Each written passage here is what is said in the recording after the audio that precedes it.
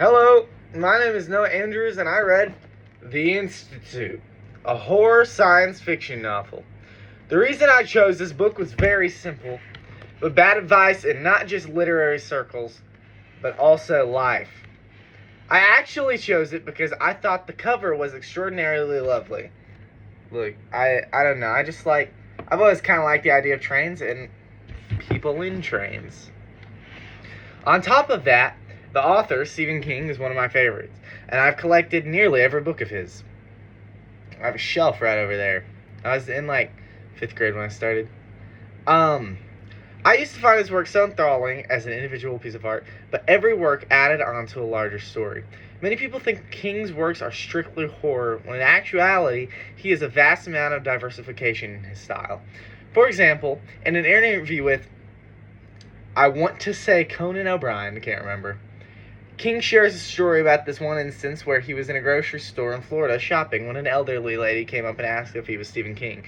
Stephen King obviously said yes, and the woman shared how she didn't like his works and thought they were too scary. She liked lighter stories, like that movie that had just come out, Shawshank Redemption. This is hilarious because, if you don't know, King actually wrote The Shawshank Redemption. But I digress. The Institute is about a brilliant young boy, Luke Ellis, who is able to move objects telekinetically, which is with his mind. One night he is kidnapped and placed in the Institute. Here, he and many other children with similar powers are subjected to cruel tests with the ultimate goal to secure political security in the U.S. by means of assassination on foreign political leaders. Luke's goal is to escape with help by another young boy named Avery, an extremely gifted user of what the workers call the Shine. After Luke ends up escaping, he uses outside forces as well as a sacrifice from inside to stage a revolt and rescue the kids trapped in the Institute. The main theme of the Institute is sacrifice. One of the main characters makes a sacrifice at the end of the novel, much like Samson from the book of Judges in the Bible. The beginning of the book even has an excerpt from Judges 16:26 through 30. I enjoyed reading this book, and I thought Stephen King did a great job adding on to the world he's been building for decades now.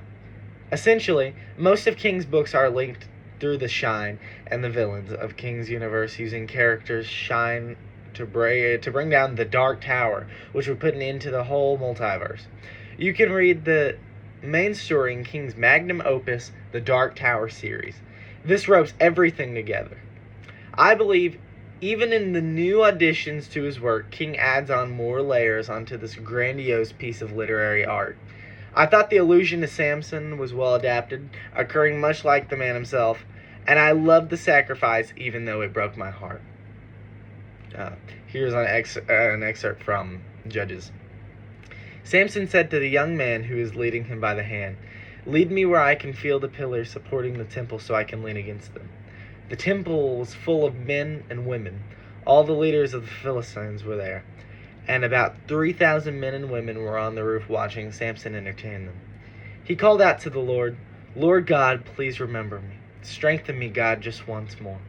With one act of vengeance, let me pay back the Philistines for my 2 eyes."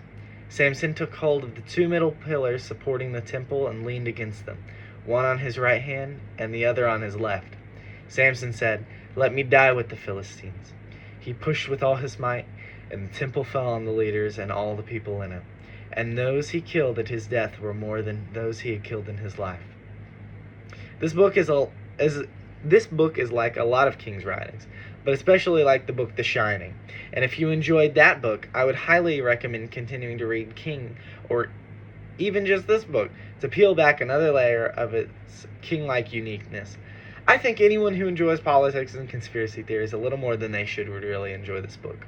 Or even if you just like coming-of-age tales, with a bit of horror and sci-fi mixed into it. It's not just a book for King readers either. You could read it as a standalone, and you could get just as much of the story, with it making every bit of sense as if you had read all his works.